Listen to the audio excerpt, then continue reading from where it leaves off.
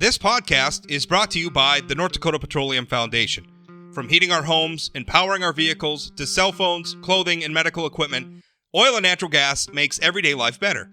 North Dakota Oil and Natural Gas, advancing the possibilities. Learn more at ndpetroleumfoundation.org.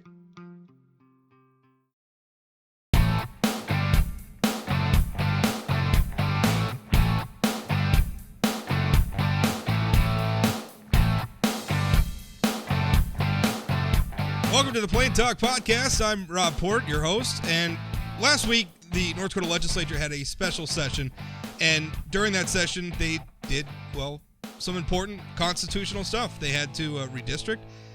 There was $1 billion plus in federal dollars that had to be appropriated by the legislature, and there were some policy bills that made it through and to the floor, and a couple of them even got passed.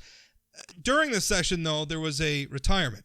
State Senator Nicole Poolman from District 7. She's a Republican, first elected in 2012. She announced her resignation, and I posted the speech in a column, but I wanted to have Senator Poolman on to talk about it a little bit. There was a part of her speech that grabbed my attention for obvious reasons. Anybody who's been reading my work lately knows what I'm sort of preoccupied with, which is this, I guess I don't even know how to put it. What's happening in the Republican Party? What's happening to the conservative movement? There's I don't want to put too fine a point on it, but it can feel. I mean, there's fracturing. There's fracturing going on. I think that's the right way to put it. Senator Poolman, I'm going to read from her remarks here. She had this to say after listing some professional and personal reasons for stepping down from the legislature. And let's face it, serving in the legislature is a enormous time commitment. So anybody who has to balance that with work and a personal life, can understand after more than a decade, or a decade, I guess, of service, it's why somebody would have personal and professional reasons for stepping down. The political reasons, though, this is what Senator Poolman said. Politically, we are living in divisive times, toxic times. I would be lying if I didn't admit to feeling a little weary. When I ran 10 years ago, it was because I saw civility diminishing in our national conversations, and I didn't want that to happen here in North Dakota. I hope I have contributed to the atmosphere of respect and decorum in my time here, but I do feel civility and respect slipping, even here in North Dakota. Some days, even in the legislature. I hope the North Dakota Senate will continue its value of decorum. The rest of the country could learn a lot from the way we treat one another and respectfully debate challenging issues here. Senator Poolman, what after saying that on the floor of the Senate, what sort of reaction did you get? It was a powerful reaction, one I didn't anticipate, to be perfectly honest with you. I found it quite overwhelming, but I think the emotional reaction that so many senators had on the floor that day wasn't just because I was leaving. I think it was difficult for them to hear articulated on the floor of the Senate how they had been feeling. I don't think I'm the only person who feels weary in American politics right now. And I'm certain that there are people who don't serve in politics who feel a little bit weary about the way our conversations are going and the way our nation continues to divide itself or allows other people to continue to divide it. So I think it was tough for people to acknowledge publicly what they had been feeling in their hearts. So it was an overwhelming and emotional reaction that I got on the floor. Yes. If you watch the video, and I posted video in a column I wrote last week, you can go look it up there. Or obviously, it's available on the legislative website. You got a standing ovation at the end, and some tearful remarks from long-term State Senator Ray Holmberg, in a legislative leader from Grand Forks. So I think you're right. I think a lot of people are feeling tired. I think they're feeling unsettled by what's going on. I think a lot of people are feeling they're not sure where they fit in this political debate. A lot of people, I define myself as a conservative. I have spent my adult life promoting conservative ideas the best I can, understanding that not everybody agrees with what those are. But I mean, the old 80, I always think the 80% rule applies. There's been votes you've taken or bills you've proposed in the legislature I didn't like so much, and I think I let you know about it, and that was fine. I mean, that disagreement is fine. That's not the problem. That disagreement over, I think the tax rate should be this and you think it should be that disagreement's fine. The problem is in thinking that the other side is the enemy. That's what I'm seeing. It's not that the other side is just wrong on an issue, but that they're evil or they're motivated by these nefarious things or they're corrupt or anything else. Where is that coming from? Because it seems to have just rolled up on us, and now all of a sudden we are immersed in it. Well, I think it comes from a number of places. Certainly, politicians have been using fear of the other side to get elected long before Donald Trump tried to do that, right? I mean, I would say that you saw a little bit of identity politics creeping in under the Obama campaign, and certainly his subsequent election. And certainly it was ramped up, it was ramped up considerably under the Trump administration. But we have media now that is dependent upon clicks. We have media now that is dependent upon advertising. And so when you promote outrage, that becomes addictive. Pete Wehner wrote a really interesting book called The Death of Politics, where he talked to psychologists about how that becomes addictive, how it really does trigger something in your brain where you want to keep going back to that news station, whether you're on the right or on the left, right? You want to keep going back to that social media site, whether you're on the right or the left, to be outraged. So that becomes something that we look for, whether we realize it or not, that people become addicted to outrage. And I think that has happened now just with a critical mass of people. And unfortunately, political leaders recognize that if they want the clicks, if they want the attention, if they want media that is dependent on outrage to pay attention to them, then they need to stoke that outrage. I am the media, and boy, that sounded terrible. Yeah. That sounded really self-aggrandizing. I am a member of the media. You're right. Talking to the news media, and I can tell you from my perspective, it's tempting to just write the outrageous thing, right? Now, I don't have a problem. I mean, my approach to it, and maybe people disagree, and I'm always curious on how people perceive my writing, and I always tell people I'm not trying to make people mad, right? Like I'm not getting up in the morning and like, boy, whose tail can I really twist today? That's not it. I don't have a problem expressing a point of view that's unpopular if I think it's the right one. I think that is, and again, maybe I'm being self-serving or giving myself a pass. I think that's a distinct thing from somebody who wakes up in the morning saying, I'm just going to oppose whatever these people are for because it's going to make them mad. And that's what I worry, is that so much of it is reactionary. And it's not just conservatives, it's liberals too. And it's just, we're going to wake up in the morning and we're going to just be against whatever the other side is for, because that's going to make them mad. Or we're going to be for whatever they're against, as the case may be. And I think what that has had,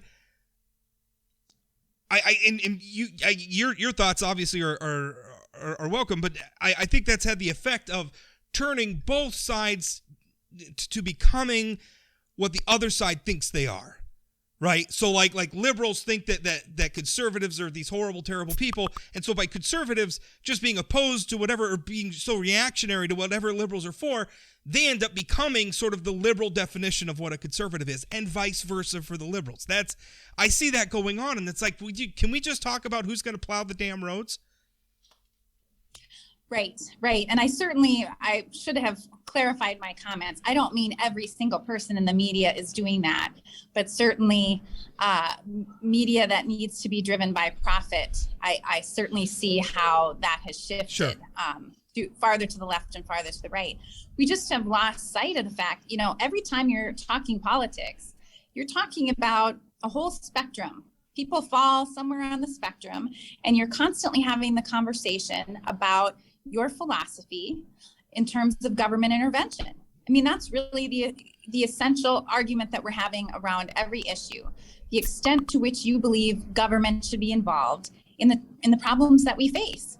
And people just have lost sight of that And so now it has become much more about what we got to sneak the school announcements in here. Senator Poole was kind enough to make some time. No problem at all.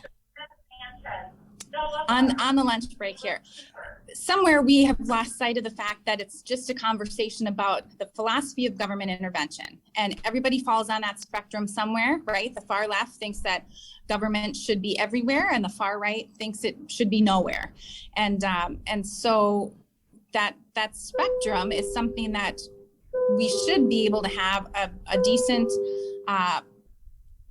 civil conversation about, and yet we seem to have lost that and have gone down into being I'm just not the Democrat. I'm just not the Democrat. I'm just not the Republican. It's really, because the interesting thing is I think you're right. I think people in the news media are reacting to certain incentives they have to be disagreeable or to be controversial or provocative or what have you. But it's not just there. I mean, the average member of the public, in a lot of ways, I look at it, social media has made everybody the host of their own little talk show on Facebook or Twitter. And so everybody's doing it now, right? So it's not just some maybe unscrupulous columnist or talk radio host. And I mean, I don't know. If people want to accuse me of doing the same thing, I'm not perfect. Maybe I have. I don't think so. I try not to, but I'm fully willing to acknowledge I may be part of the problem as well. But I think everybody's kind of doing it. Like, everybody's just the host of their own little reality show or whatever they got going on. And I can tell you, sometimes as a professional, when I wake up in the morning and something's happening in the news, you feel pressure to have a take, right? Like, it may not even be that you're saying anything original or that you're saying anything that even adds to the conversation. It's just something happened and you feel like you have a take. And I think everybody with a Twitter handle or a Facebook account who makes a habit of commenting on politics, everybody feels like they have to have a take now. And I think it's killing us. I would agree. And it's interesting, just in the past couple of days, I've had other legislators, send me copies of emails that they have received since the session ended that are, name calling, and I've had them shame on you and just really insulting type of emails that people are sending, and insulting people online, insulting them in their, like you said, in their posts themselves. It's interesting because we saw that creep into social media, and now I feel like we're also seeing that social media language, or that social media snark or anger or judgment now is creeping into the conversation, right? Even when they talk to you in person now, they will say something that I don't think people would have said 5 years ago to you in person. But we have just become so accustomed to really vitriolic language, really, insulting language, that it doesn't even faze us in real life anymore. And that's what is really starting to scare me. During the special set we had at the beginning of the session, there was a great big rally on the steps of the Capitol. Maybe 800 to 1,000 people gathered out there, and they were all fired up. And in and of itself, what I think of what's motivating them or their cause or whatever, that's America, right? That's right. First Amendment. Absolutely. That's great. Where things got problematic is I was watching some of the committee hearings, and one of them, the people from that rally came in the Capitol and they went into the committee rooms. And again, that's fine. They're going about the people's business. You're allowed to come in. But in one of the committee rooms, Senator Judy Lee, Republican from Fargo, she was the chair of the committee, and she was there, and she said, she was trying to make kind of doing some housekeeping. It was like, there's too many people in this room, so people got to go out and make room and make rooms that other people could filter in, people who want to testify or whatever. And I mean, this stuff, it's all streamed online. I mean, you don't have to be in the room to watch what's going on. But, like the reaction to just her very just, housekeeping, common sense, hey, some people got to leave so we have enough room to function in here, was met with just hostility from the, people like, we're we the people, you got to respect us. You got to listen to us. Just immediately, like for a polite request to make some room so that everybody gets a chance to see what's going on. and immediately just met with hostility and anger. That's hard to see. And it's I don't know how we function as a society when that's the attitude. It is hard. And I keep asking myself, how do we go back? I mean, how do we go back from here? Because that's really the next question we should all be trying to answer. And I think as individuals, we can stop with the snark on our own pages, right? We can stop with the judgment on our own social media posts. We can stop trying to read all of what other people are putting up on social media. I just unfollow anybody who posts something political. My Facebook feed is really pleasant because it's everybody's birthday and anniversary and the grandkids and Halloween costumes. And I don't see any of those folks anymore who post political content. And I think if individuals started making better choices, I do think that we could start to turn a corner on this one. I've always been a proponent that because there's that old saying that you shouldn't talk religion or politics among friends because it gets heated. I mean, and I think generally that's good advice, but I've always been kind of the opinion, I mean, politics is central to American life. If you're going to have a government Absolutely. That's based on the consent of the governed, a lot of that, like I think a lot of hashing through, well, how do I feel about this issue, might be sitting around the dinner table talking about it with friends and family. But it seems like we've lost this. So I've always been the proponent, no, talk about politics, but learn how to do it as adults. Like, learn how to do it like if the person across from you just doesn't agree with you on the tax rate or critical race theory or whatever it is you're talking about, then just accept that and move on, right? Like once the conversation stops being productive, just be like, we're just going to have to agree to disagree and just leave it at that and have that be okay. It's so hard. So one of the things you said is that a lot of the rest of the country could learn a lot from the way we treat one another, and you were referring basically to the legislature, and I think that's true because there's literal rules in the legislature about not disparaging another speaker. Like floor debates are very, very circumscribed. You can't even. You have to ask permission to ask another lawmaker a question on the floor. Everything gets, in your chamber goes through the president of the Senate, all of that stuff. Which I think is important, right? Because it's so hard. The legislature is a hot house. There's so many issues and everybody's tired and gets cranky. And so those are very important for how we address each other. But those very specific rules aside, what is it that everybody could learn from the legislature?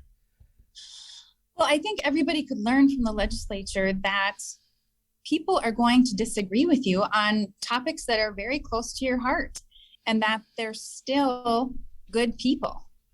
They're still good people who are working hard, and you may have a different vision of how we get to where you want America to be, but we all want to create a more perfect union, right? We all want to be better. And so I think people in the legislature have a tremendous respect for one another based on the time and effort that they put in, based on the respect they give one another. Like you said, our rules on the Senate floor are so strict that we don't even look at one another when we're debating. You are only to look at the president when you are debating these issues. And I think that really isolates it to the issue, right? So much of what we've come to in national conversations has become personal, right? We demonize certain people and their personalities, and everything from, how they speak to how they look becomes part of that demonization. Whereas in the North Dakota Senate, people have respect for one another, and we keep it to the issue we're debating. There are plenty of times when I am debating a Democrat on the Senate floor, and then in the next minute I'm asking, what's your little guy going as for Halloween, or let's go grab a cup of coffee, or can I get you I'm running down to get a sandwich. And so it's something that the rest of the country could take a lesson from when we only stick to the issues. We stick to the issues that we're debating and the disagreements that we have on the challenges we face and how to solve them. And I think as a nation, we have lost sight of that we just have a different vision on what it is the answer is to our problems. What do you? I was saddened to learn about you retiring. I thought, and from the perspective, I think you're a great lawmaker, consistent conservative, all that stuff. What made me a little sad, because I'm up in Minot, and Minot's become sort of a hotbed for a lot of the divisiveness that's going on within the North Dakota Republican Party. The rally we were just talking about was organized in part by a bunch of Minot area Republican district chairs. A lot of the we had a Minot area lawmaker who was insulted his own majority leader in the state house during the special session, Representative Jeff Hoverson.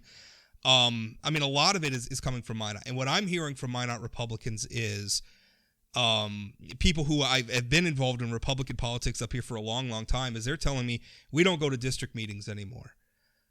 We stopped showing up because I don't want to spend my Tuesday evening or whatever it is, my free time, getting screamed at by somebody. So I just gave up.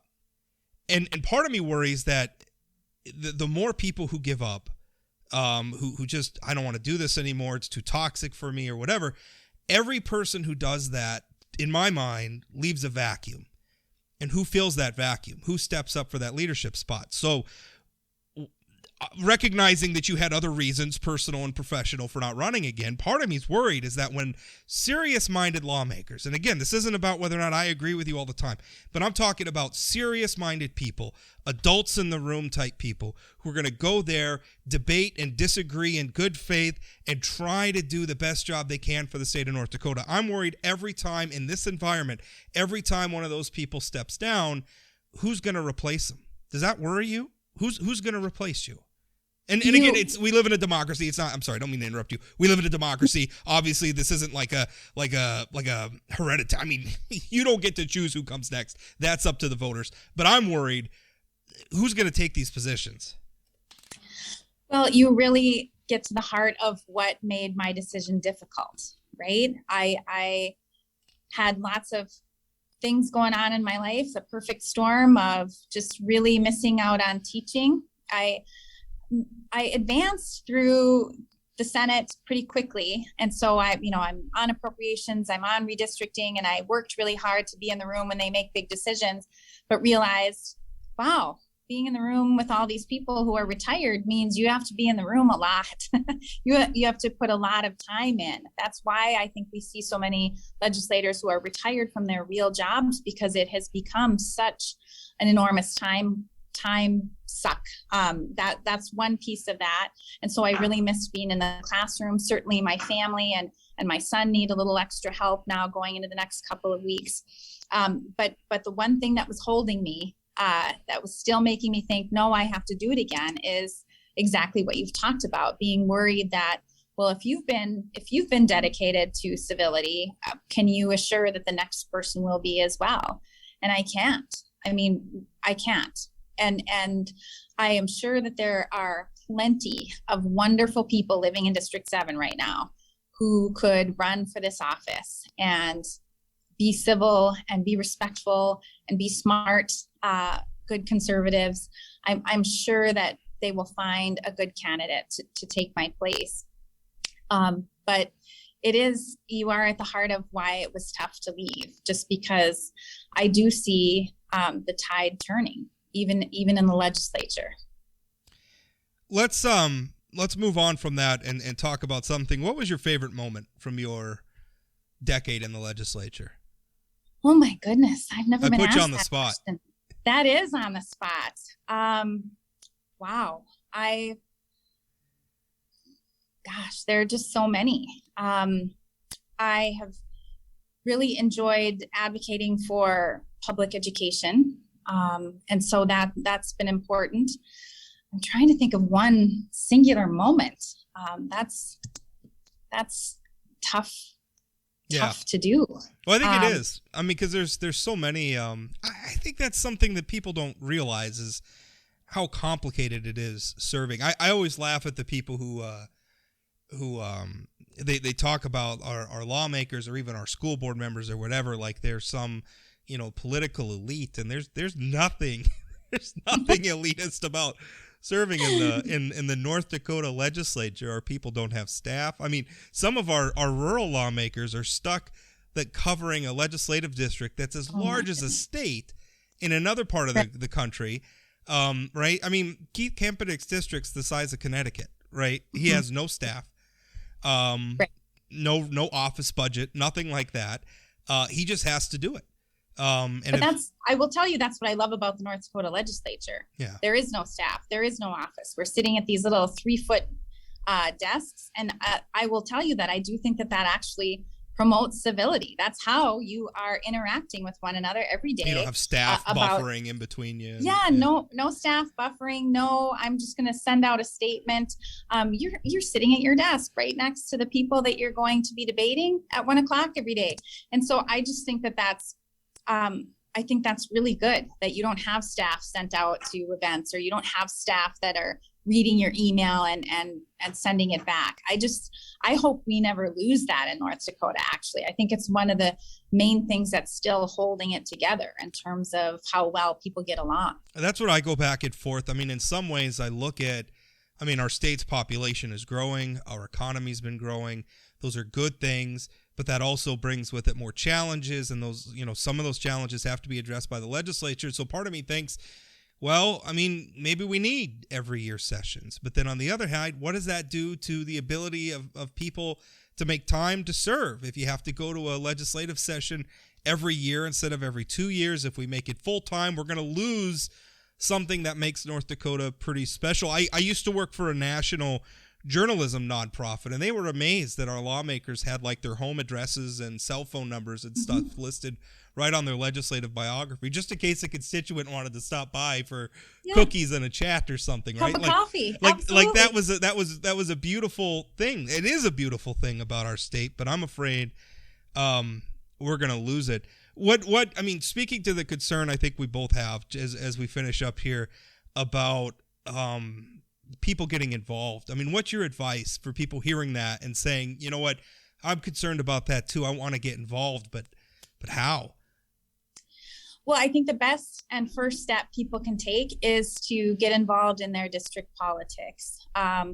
Whether they lean to the left, they need to start going to the Democratic district conventions. If they lean to the right, they should start going to the Republican district conventions. Part of the frustration people feel when they go to the ballot is they don't like the candidates who are on the ballot.